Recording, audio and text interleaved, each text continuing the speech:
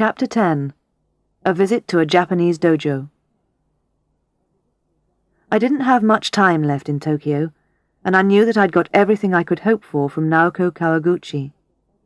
I decided to do some sightseeing, and went to the Asakusa area of the city to visit the Asakusa Kannon Temple and to walk round its lively streets. I had come to a dojo in this old area of the city with my club once before. I loved this part of Tokyo, with its hundreds of tiny old shops and its crowds of people. I walked down the main street, Nakamisadori, and spent an hour or so looking into the shops with their mixture of traditional Japanese clothes and cheap souvenirs. I bought things to take home. As I walked round the side streets, there were smells of interesting food coming from the restaurants, and I realized that I was beginning to get very hungry. I walked through a cloth-covered doorway into a little traditional noodle house. The waiter came almost immediately with some green tea, and I ordered my favourite, sansai soba, delicious noodles with mountain vegetables. I picked up my wooden chopsticks and was just about to start eating when I heard someone call, "Kate-san! Kate-san!" I looked up towards the doorway and saw the smiling face of a young Japanese man in his late 20s. I looked at him carefully for some time, before finally recognizing him. It was Kenji, one of the students of the dojo where we had trained.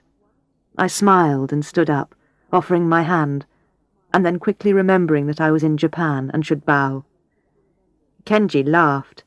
"Kate-san," he said, "what a surprise! What are you doing here? Are you training?"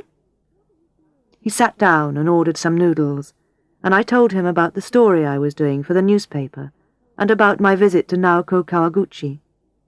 Kenji ate his noodles noisily, and his eyes got bigger and bigger as he listened to my story.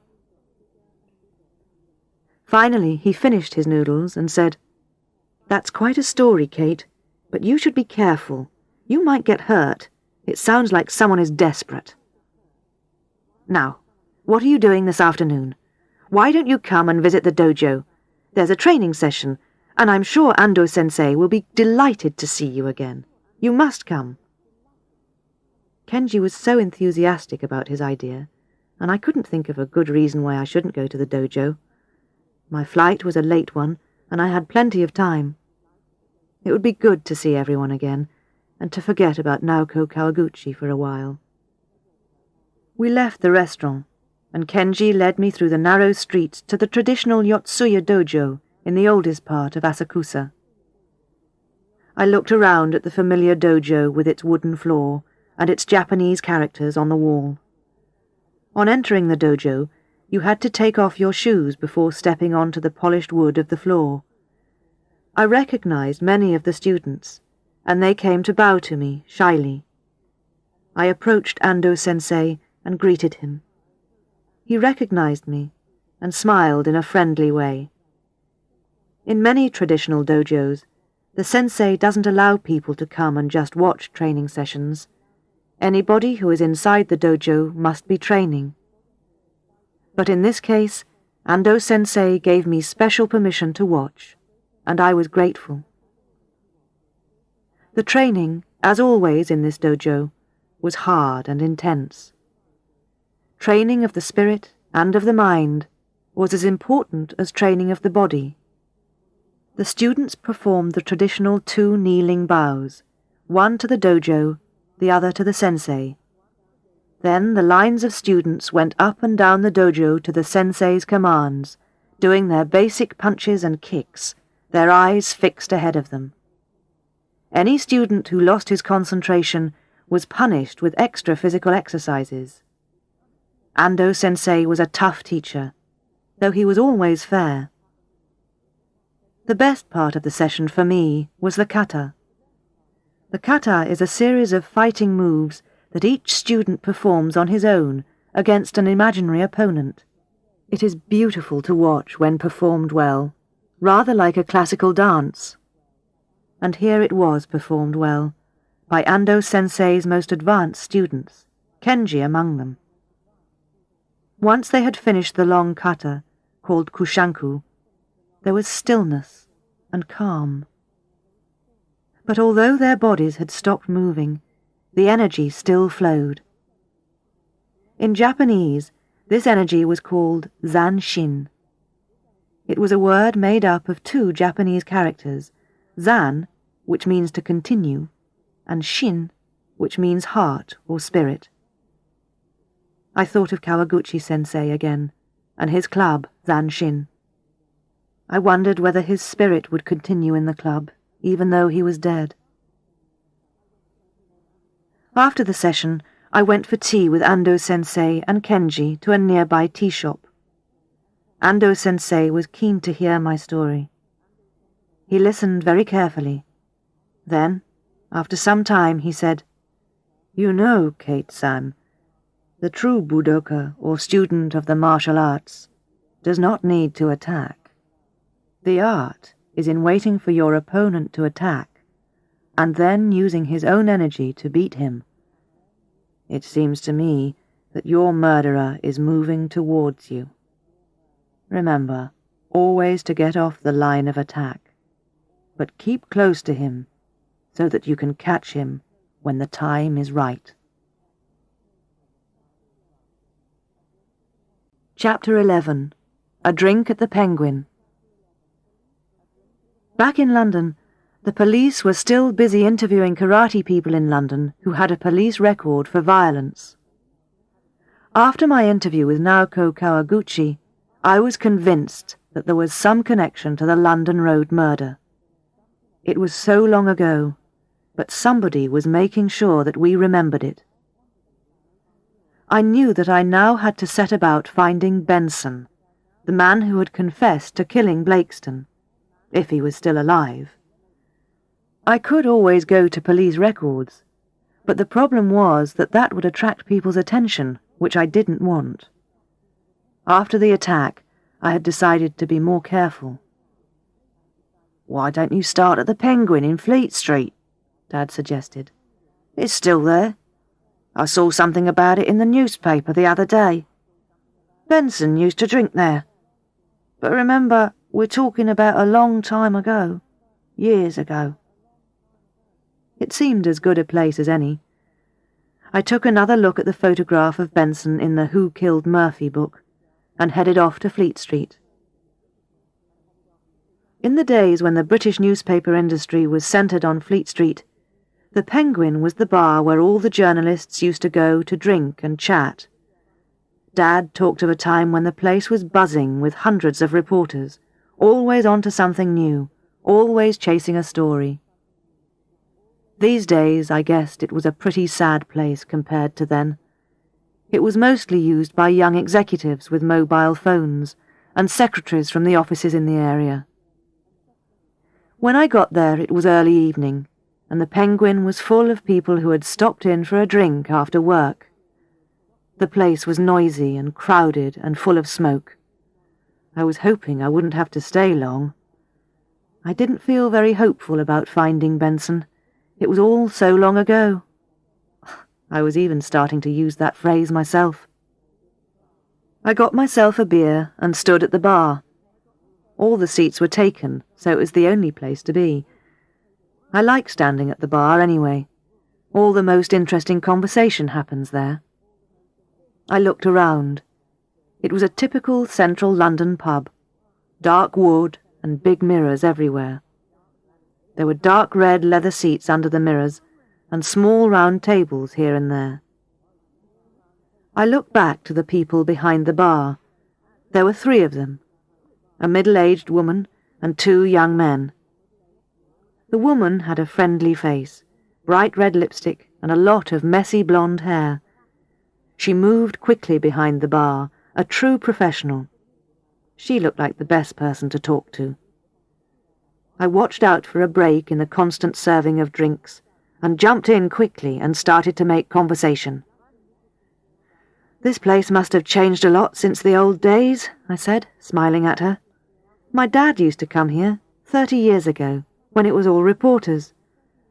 Thankfully, she smiled back and started chatting. She was a friendly kind of woman. "It's changed even in my day, love," she said. My God, how it's changed, and not for the better, I tell you." At this point, she lowered her voice, as if she were going to tell me a big secret. "Between you and me," she said, "I'd much rather have journalists than this lot." She nodded her head in the direction of the bar. A smart young man in an executive suit was holding a £5 note up and saying something. "What's that, love?" she called to him.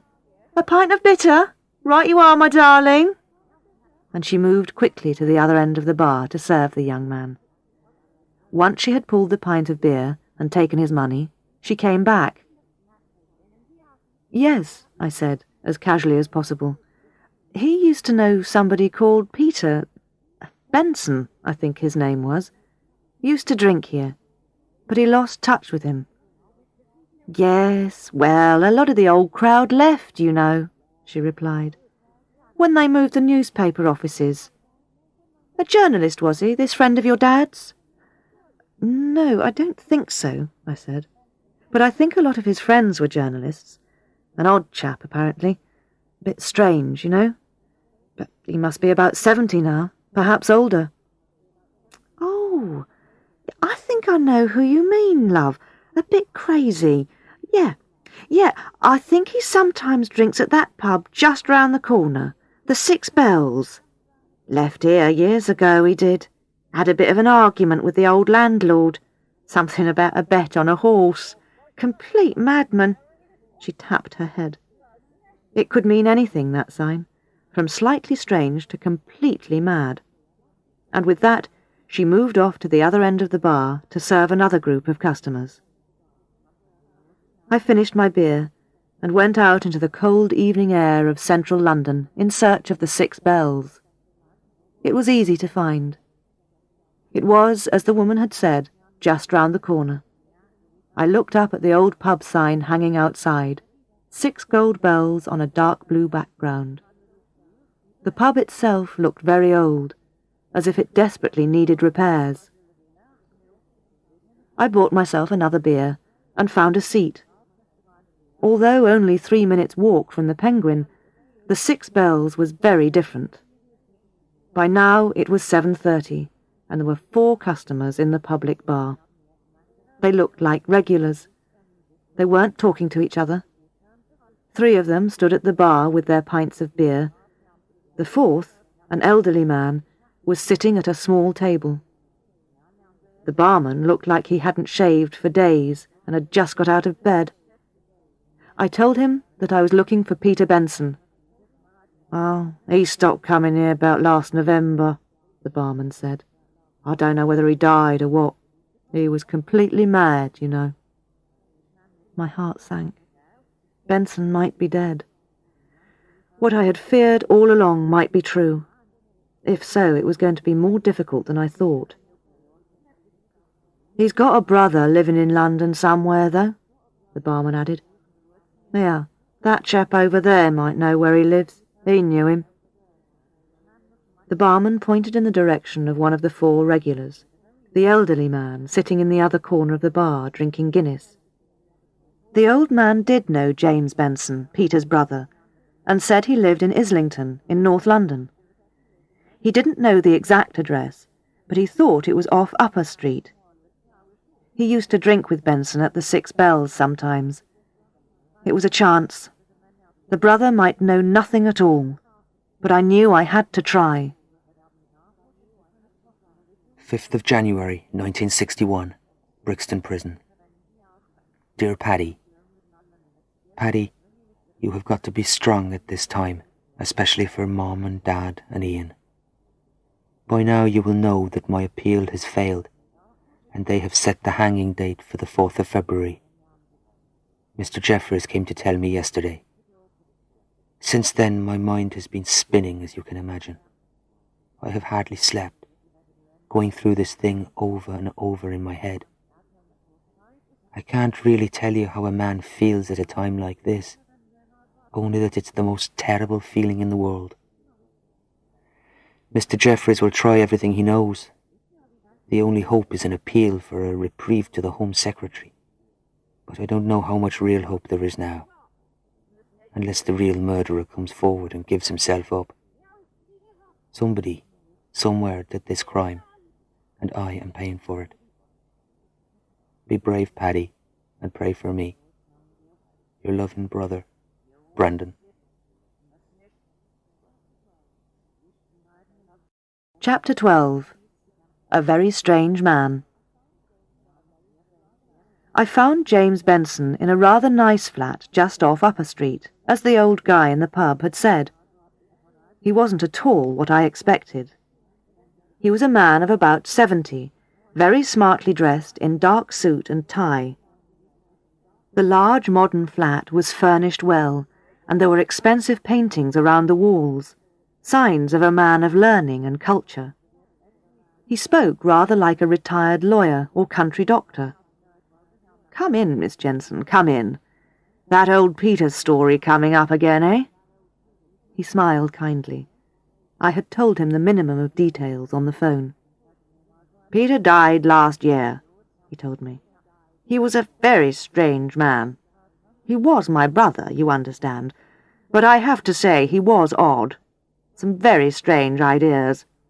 But could be very amusing, you know." Benson smiled, as if remembering one of his brother's jokes. A laugh a minute, I thought, but said, "A lot of people seem to think he killed John Blakeston, Mr. Benson." "Well, you know, I suppose, that he confessed once himself, after Murphy had been hanged," Benson said. "Yes, I do know that," I went on. "What do you think, Mr. Benson? Did he do it? Is there a chance that he did it?" "Well, you know, Miss Jensen, the honest truth is that there certainly is a chance. He said a lot of different things at different times. At one time he claimed that the father, Kawaguchi the name was, wasn't it, had asked him to frighten Blakeston off. Kawaguchi got to know Peter through a friend of a friend. I can't remember who now. Kawaguchi was really worried about his daughter, who was seeing this young Blakeston. The girl was young. I think he was afraid she would get pregnant, ruin her life." "It sounds a bit unlikely. Why didn't Kawaguchi scare him off himself? After all, he was a karate expert," I interrupted. "Ah, my dear young lady, subtlety was needed," Benson explained. "I think the story was that the father had tried everything, talked to his daughter, to the young man, but he hadn't succeeded. He was desperate. This was a last attempt." If Kawaguchi had wanted Benson because he thought he would be subtle, I thought, he had certainly made a mistake. "But why your brother?" I asked. "Well, again, I don't know exactly," Benson smiled. "But Peter went through a very moral period. He saw himself as a kind of moral avenger, someone who rights wrongs." That word avenger again. "And he was very friendly, you know." Benson smiled again. "He always seemed so normal, so reasonable." But he wasn't. Nobody could claim that my brother was normal or reasonable.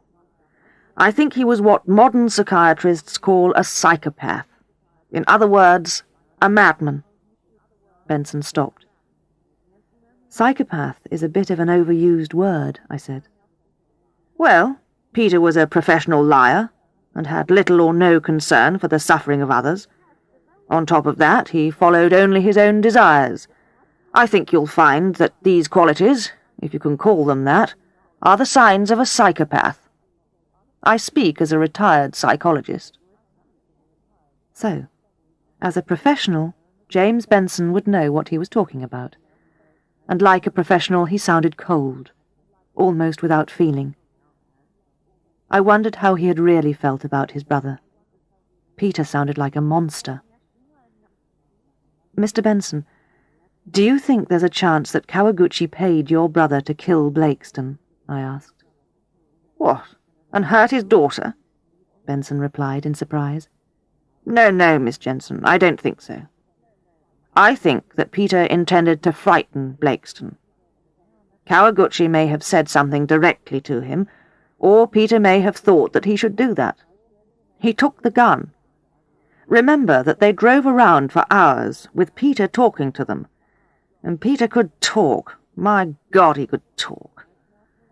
Then what may have happened is that Blakeston got frightened and made a sudden movement. Peter panicked and shot him. Then the whole thing just got worse. Peter didn't know anything about guns, I'm sure of that. It was the first time in his life he'd ever used one, as far as I know. Then the whole thing was a tragic mistake? I asked. That is my reading of the situation, Miss Jensen.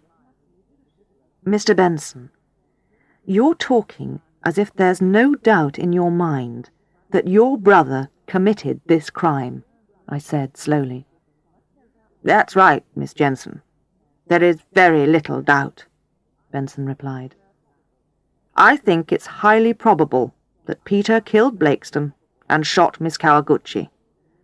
He may not have intended to at first, but that's what probably happened. But, Mr. Benson, if you knew that your brother had committed the crime, why didn't you come forward and tell the police? Why did you hide your brother? I asked. James Benson looked at me seriously. I didn't hide him, Miss Jensen. I told the police on more than one occasion. I couldn't be 100% sure, but I thought it highly probable that my brother did it. Either they didn't believe me, or they just didn't want to know. This was getting more and more interesting. I could understand why people would not believe Peter Benson. He had obviously been crazy. But James Benson, this man was highly intelligent and completely normal.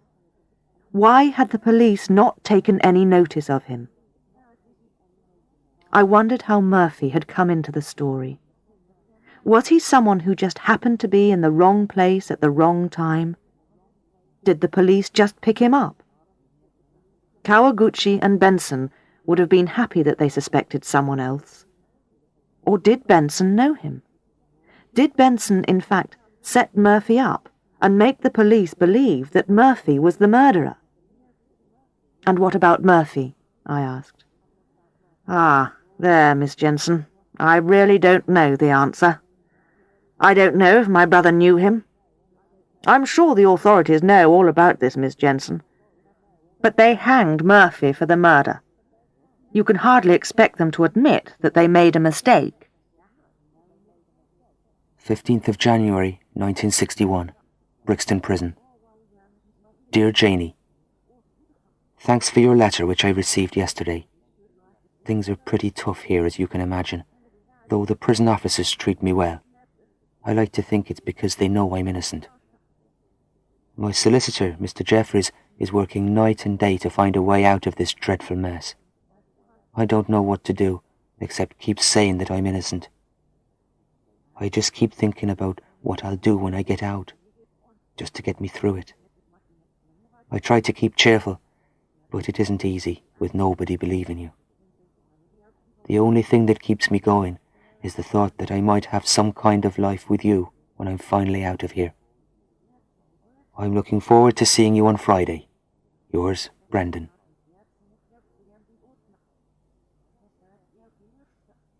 Chapter 13. The Avenger Strikes. That night I had some thinking to do. If, as James Benson guessed, his brother had panicked and killed Blakeston, Kawaguchi had certainly made a serious mistake. He had put his trust in a man who could not be trusted, and he, Kawaguchi, was therefore indirectly responsible for the terrible crime that had followed. But who was the Avenger? And was he or she avenging Blakeston's death, the shooting of Naoko, or the hanging of Murphy? So many questions, and so few answers. The next day, though, something happened which gave the whole thing a different direction, and which answered at least some of these questions. It was about 9:30 in the morning. I was sitting at my desk in the office, talking to Rick about a story he was working on. Suddenly, the phone rang, and there was Jonty from police headquarters, breathless with excitement. "The Home Secretary," he said. "There's been a letter bomb. Luckily, it was discovered by his assistant before being opened. There'll be an official statement soon, I suppose." A few minutes later, a statement from the Home Secretary's office came through on the fax. "A letter bomb was discovered in the Home Secretary's post this morning. The Home Secretary's assistant, Jonathan Bailey, discovered the suspicious-looking package. No one was hurt in the incident." About 10 minutes later, there was another fax, this time from Reuters news agency. "At 9:30 this morning, we received a handwritten note from someone calling himself the Avenger. He said he was responsible for the letter bomb delivered this morning to the Home Secretary's home. He said that Murphy was innocent and he would avenge his death." I got on to Reuters news agency and asked them whether they were sure it was a man. No, they weren't. They'd just assumed it was. I asked to see the note, to get our people to look at the handwriting. I rushed down to the Home Secretary's office in Downing Street to see if I could get a story from Jonathan Bailey. I had a contact at Downing Street, so managed to get a short interview with him. "Nothing much to say, really," he said. "This brown paper package arrived. Something about it made me suspicious, so I called the police. Then they called in the bomb squad." He made it sound like it happened every day. Possibly it did. I spent the rest of the morning at the Public Records Office, reading the reports of the 2 public inquiries into the Murphy case. Both found no evidence to support the reopening of the case. Yes, well, there wasn't much point, given that Murphy was dead.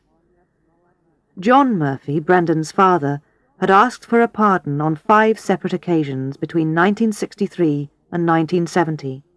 He had been denied on each occasion.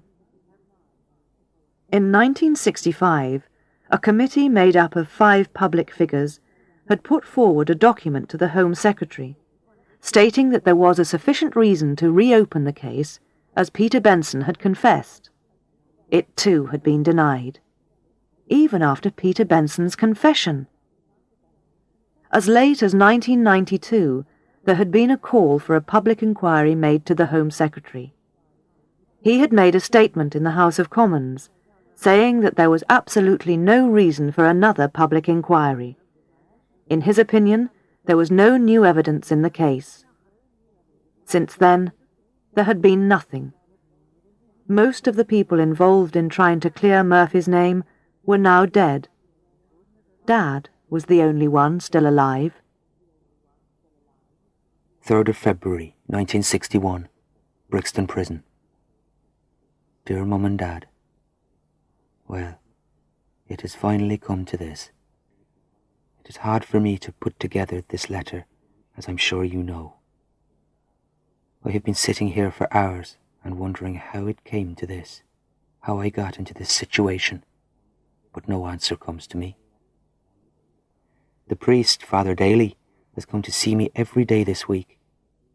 He is a kind man and has talked to me a lot. I know that he knows that I am innocent, and this knowledge helps me more than anything at this time. He will be with me to the end, and is helping me to be brave. I want you to remember always that I didn't do this, and that I'm being punished for something I never did, that I am innocent. I hope that when I am dead, you will continue to fight to clear my name, and to prove that I never did it. More than anything, I don't want you to blame yourselves for what has happened, because you have really been the best parents in the world. Tomorrow, I hope that when the time comes, I will go to my death bravely. I want you to be proud of me to the end. Thinking of you and Paddy and Ian helps me a lot at this time. God bless you all. Your loving son, Brendan.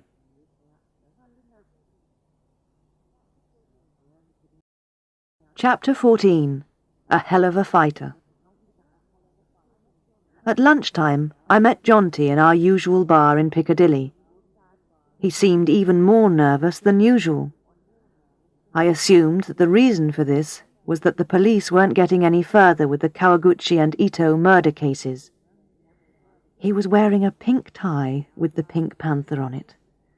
I tried not to look too disgusted, but my face must have shown something, because he looked at the tie and smiled stupidly. "Ah, birthday present," he said. I didn't trust myself to speak. Finally, I said, "Jonty, I spoke to James Benson, Peter's brother. He's almost certain that his brother committed the murder. He told me that he had told the police a few times. Do you know anything about it?" "Not much," Jonty said. "I just think that the evidence against Murphy was so strong."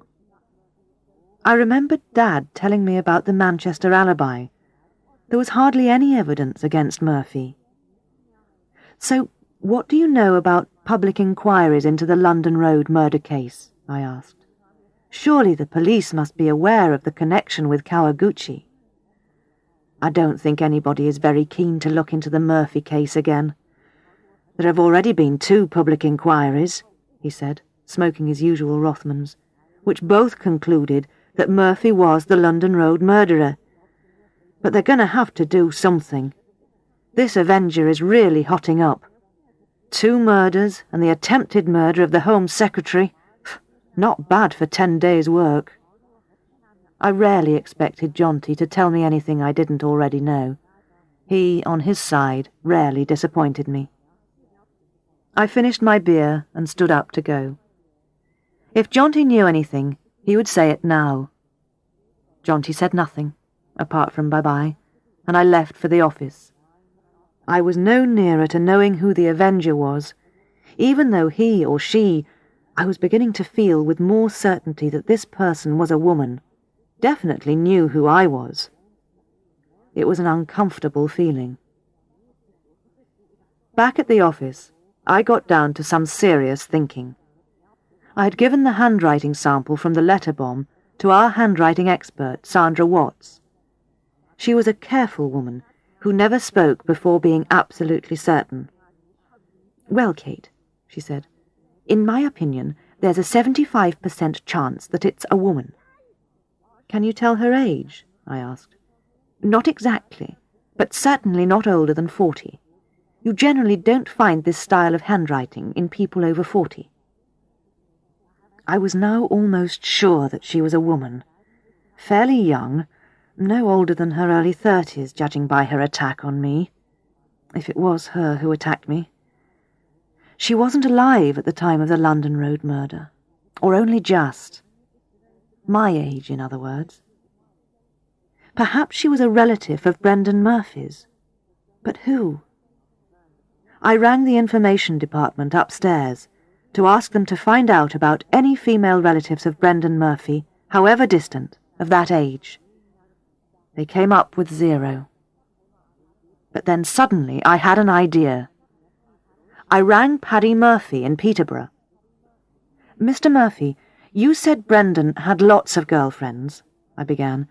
"Can you remember any of their names?" Paddy Murphy laughed. "Good Lord, Miss Jensen, Brendan had so many girlfriends. It'd take me a week to tell you all their names, even if I could remember them. He was what you might call a ladies' man." "But was there any one in particular, Mr. Murphy, just one, who might have been special, who perhaps lasted longer than the others?" Paddy Murphy thought for a while. "Well, the only one I can remember at all is Janie Lovett. She used to live near us. I can remember her because Brendan always used to call her Lovely Lovett. He was a bit of a joker." Lovett. Not a terribly common name. I looked at the list of registered black belts in London. There were 2 Lovetts. One, Brian Lovett, 2nd Dan, who trained in Wimbledon. The other, Brenda Lovett, 4th Dan, who was a member of the Zan Shin Karate Club, Kawaguchi Sensei's club. The name was familiar. I rang Sanjay and confirmed it was who I thought it was.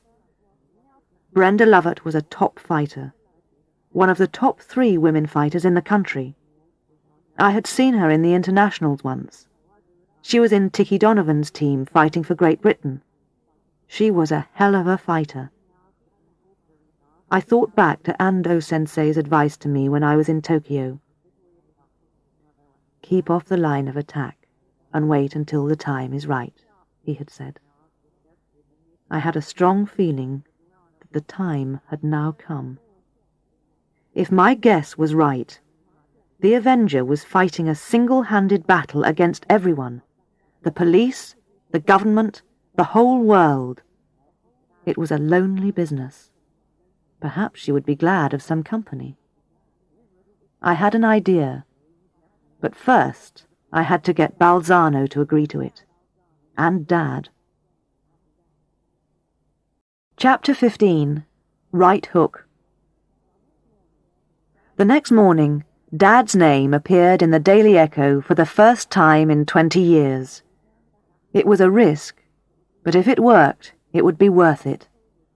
The article was Dad at his best. It began, "Judicial Murder by Tony Jensen." Was Brendan Murphy the London Road murderer or not?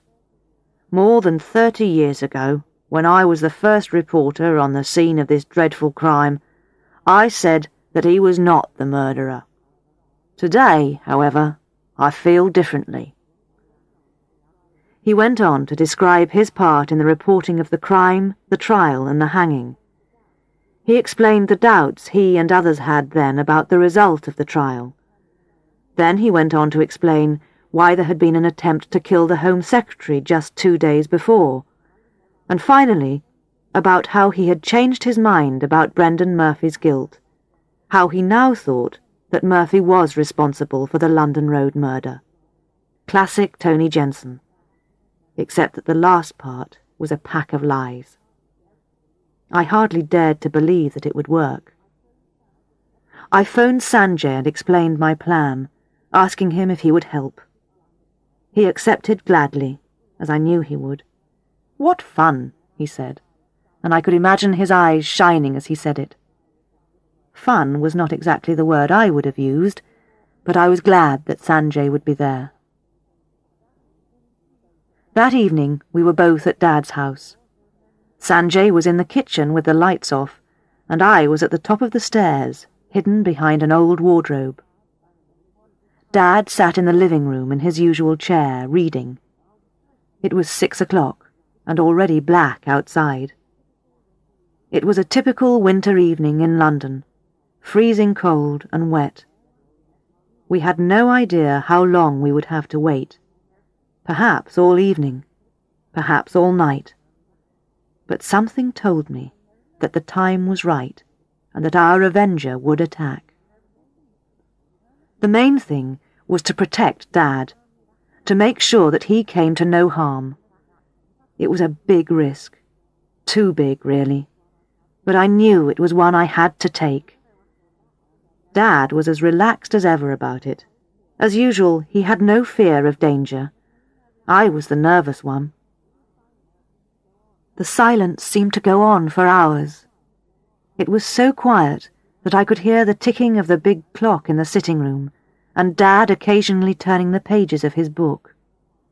Sanjay was quiet behind the kitchen door, and I tried to move as little as possible. I had given Dad strict instructions not to move at all, whatever happened. Finally, just before 7, the silence was broken. The first I knew about it was a signal from Sanjay, a sharp, "Ki-ai!" Sanjay's shout was the most terrifying thing you could imagine, and it sent me rushing down the stairs as fast as I could move, to find Sanjay struggling with someone. By that time, Sanjay had attacked the person from behind, and there was quite a fight going on. The lights in the hall were not bright, and it was difficult to see. The person was slim and small, dressed all in black. On his or her head, it was impossible to tell whether it was a man or a woman, was a black cap, which covered all the face apart from the eyes. It was the type used by climbers, or burglars. The only thing you could see was the eyes. I went to help. By this time, we were in the hall just outside the living room where Dad was sitting. I went for the person's legs and managed to hold on for a few seconds while Sanjay put his arm around the person's throat from behind. The best way to release yourself from this hold is with a sharp elbow strike back into the opponent's body, which happened so fast that Sanjay had no time to react. He was hit, but the hit wasn't direct, and Sanjay managed to hold on again. Suddenly, there was a movement from the living room. Oh no, I thought. It's Dad. Dad came out of the living room just as Sanjay had managed to put his arm back around the person's neck. Time seemed to slow down as I wondered whether to stop Dad and risk letting go of the person. I paused, unsure of what to do. Meanwhile, Dad pulled his arm back, aimed at the person's face, and delivered one of his famous right hooks. It was not quite as powerful as it had been, but it was powerful enough. The person went down and fell to the floor, out cold.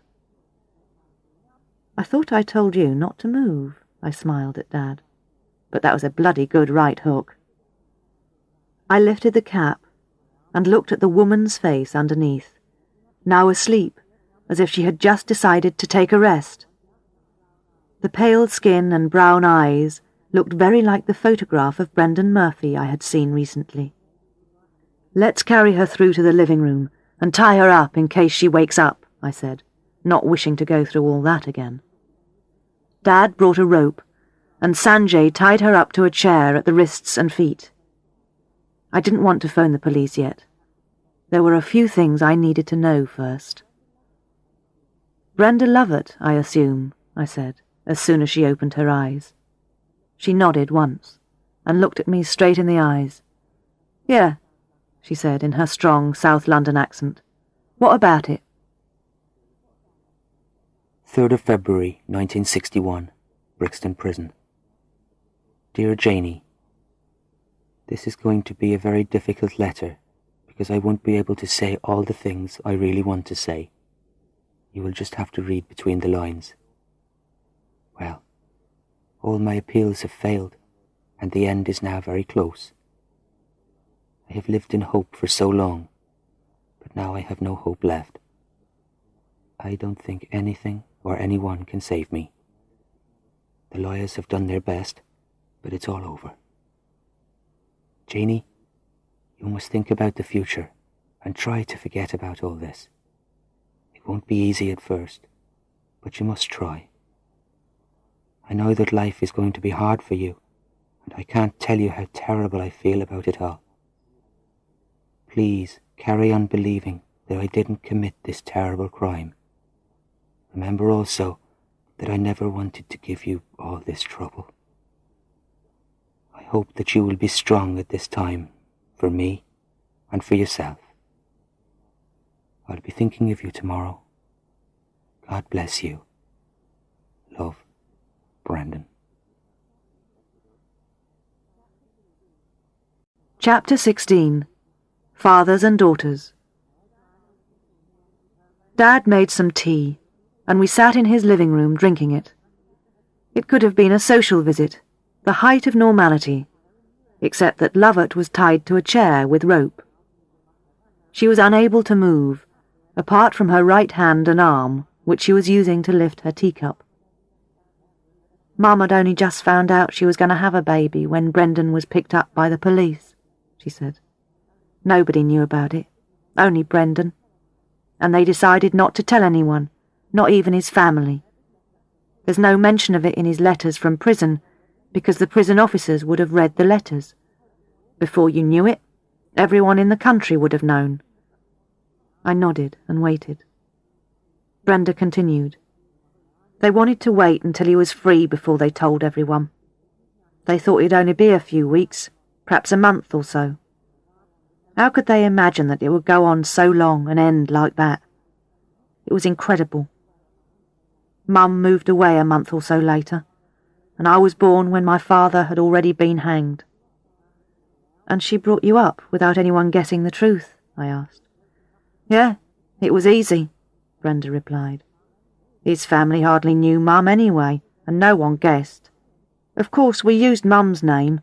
They weren't married anyway. At first, when I was a kid, she told me that Dad had died just before I was born. But later she told me the truth. I was probably about 12 when she told me. Brenda looked sad. I still remember the day, she said. And you wanted to avenge his death? It was half question, half statement. Brenda looked at me. You don't know what it's like growing up like that. My father had been hanged for something he never did. You have to understand. Look at the case. The prosecution had no evidence. There is no evidence. That's the truth of it, she said, looking over at Dad. Dad looked at her kindly. He knew she was right. He was a victim, Brenda continued. The authorities made a mistake, and because he came from a poor family with no power, he wasn't important. They just thought that if they kept quiet about it, everyone would forget. Well, they didn't know about me. Brenda Lovett spoke passionately, and I couldn't help admiring her. As I grew up, I got more and more angry about it, about not having a dad. She looked at Dad again as she said this. I could tell he was moved, and didn't trust himself to speak. I grew up poor and angry. Not easy. Mum tried her best, but it was hard. Bloody hard. I started training with Kawaguchi when I was about 14. By then, I knew who he was. That was why I went there. I knew that he had thought that my father was guilty, and was partly responsible for the whole thing. I knew him, but he didn't know me, she continued. He trained me well. I was good at it, and I became a fighter. So well that you could eventually kill him, I said quietly. Kawaguchi had been Lovett's sensei. Sensei in Japanese means much more than teacher, though it is often translated in that way. The sensei is the one who leads you along the way, the do. In the world of martial arts, it was incredible that anyone could kill their sensei, unthinkable, yet she had done it. I didn't hate Kawaguchi, she said, as if reading my mind. I admired him for what he was, a truly great karateka, and thought he'd made a dreadful mistake in trying to protect his daughter. It was all a dreadful, terrible mistake. I don't think he was an evil man. He just made an error of judgment, and he wasn't brave enough to admit it. That was his greatest mistake. A bit like the government, when you come to think of it. Not big enough to admit that they made a mistake in killing Dad. I could see the similarity. Lovett drank some tea and then continued. I didn't mean to kill him at first, I swear. I tried to tell the police what really happened, that Benson had killed Blakeston and that Dad was innocent. I wrote letters to Kawaguchi to get him to tell the police. I couldn't talk to him because I didn't want him to know who I was. I begged him, but he didn't want to know. In the end, I had to kill him. You killed your own sensei? Sanjay came in, clearly finding it incredible. Lovett nodded. And Ito? I asked. Ito knew all about the letters. He had told the police, and I was sure they'd find me, she replied. It was strange and disturbing how normal all this sounded. It was likely that the whole sad story had disturbed Brenda Lovett's mind, and she had gone mad with the need for revenge. You're never going to bring your father back, Dad said, not unkindly. No, said Lovett, but I can make them listen. I want to get an official pardon. He deserves it. Can't you see that? He deserves it.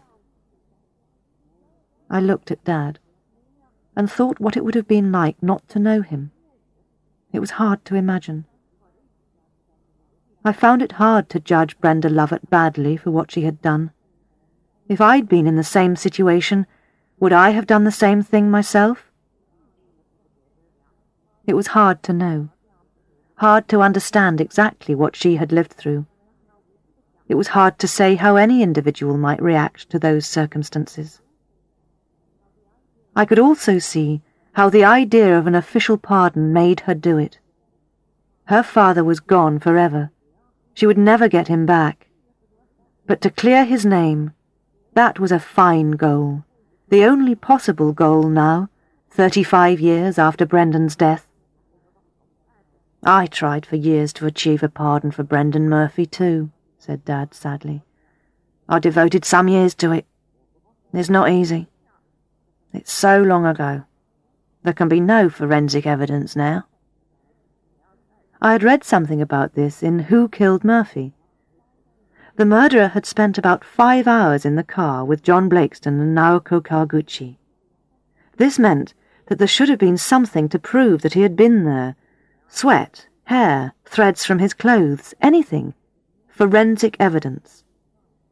Yet at Brendan Murphy's trial, the prosecution did not produce any forensic evidence against him. There was nothing to positively prove that Murphy had been in the car. In fact, the only real evidence they had was Naoko Kawaguchi's word, the word of a terrified girl who had since doubted that it was Brendan at all. But Dad was right, of course. It was too late for all that now. No judge would accept evidence 35 years after the crime, even if Naoko Kawaguchi had changed her mind. The only way now to prove Murphy's innocence was to somehow prove the Manchester alibi, to prove that Murphy had been 200 miles away when the crime was committed. It would not be easy. Many people had tried to do this before and had failed. "And now you've changed your mind," said Lovett, looking at my dad with contempt.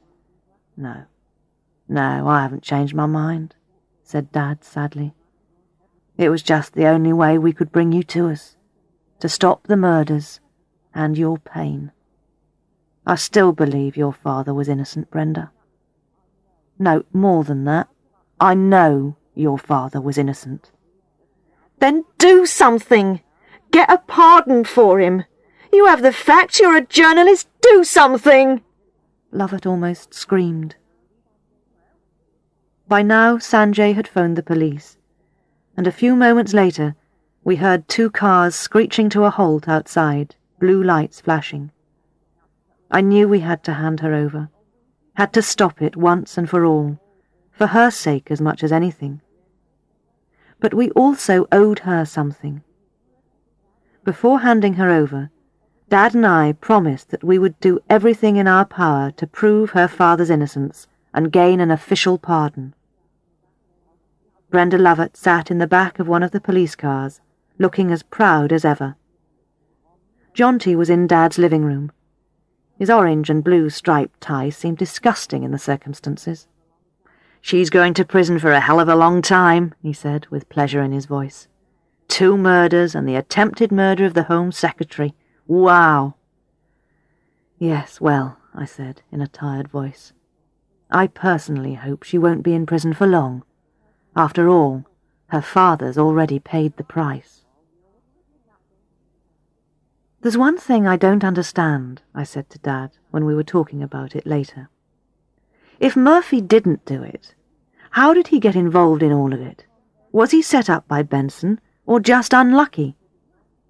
"I think he was just in the wrong place at the wrong time," Dad explained. "He was wanted by the police anyway, for burglary and theft. He was beginning to annoy them, and they thought they'd get him for the murder. Remember that the police were under an awful lot of pressure from the families and the public to find the murderer." "There's another thing I don't understand," I went on. "What's that?" replied Dad. "How on earth did you manage to knock Brenda Lovett out with that crazy boxing punch?" I asked. Dad laughed. "Superior technique, my child," he said in his wise parent voice. I kissed him on his forehead and thought how grateful I was that he was there, that he had always been there. Chapter 17. Official Pardon. Jensen! Dave Balzano shouted through the open door of his office. I looked at Rick and raised my eyebrows.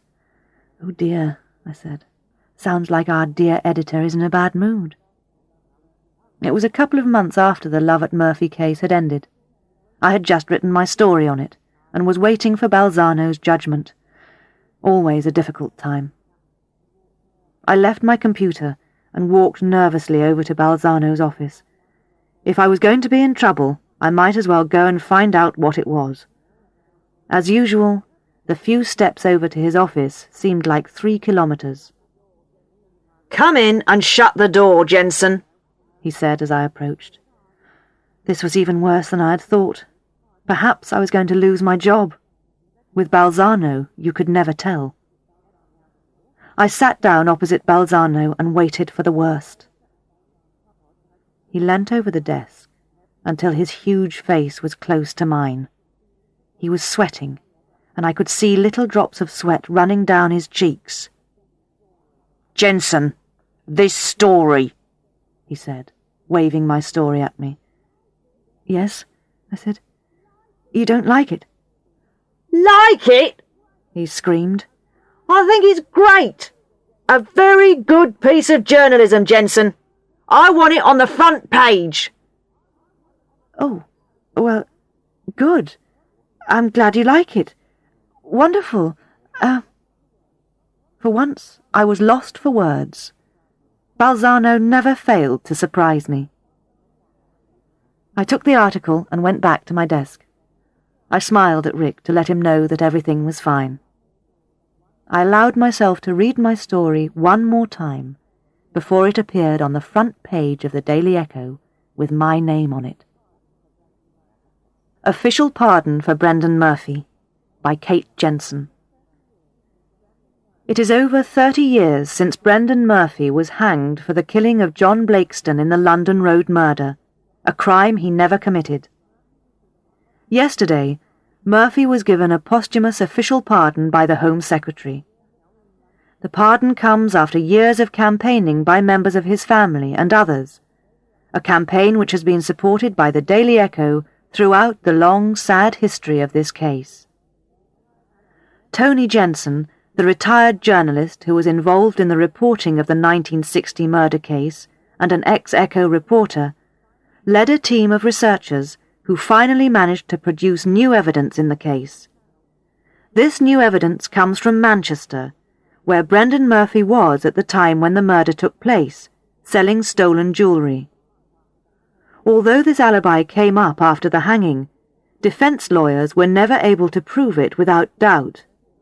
Now, 35 years after Murphy was hanged, witnesses have agreed to swear to Murphy's presence in Manchester, on condition that they will not be prosecuted for crimes committed in the past.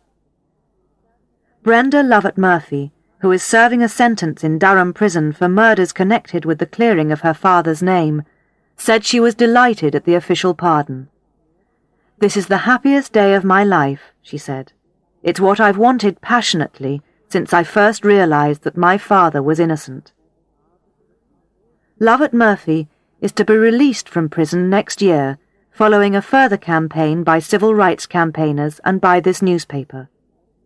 Many people, including prison psychologists, believe that Lovett Murphy will not commit further crimes now that her father has been pardoned. The murders she committed were entirely the result of her father's wrongful hanging. It will probably never be proved who the London Road murderer really was. Peter Benson, who confessed to the crime after Murphy was hanged, died in 1993. Yes, it wasn't bad, I thought. Then I thought about Dad, about how proud he was going to be that I would have my story on the front page. I sighed, sat back, and smiled to myself, enjoying the moment. Suddenly I heard, "Jensen! Stop sitting around! I've got another job for you!"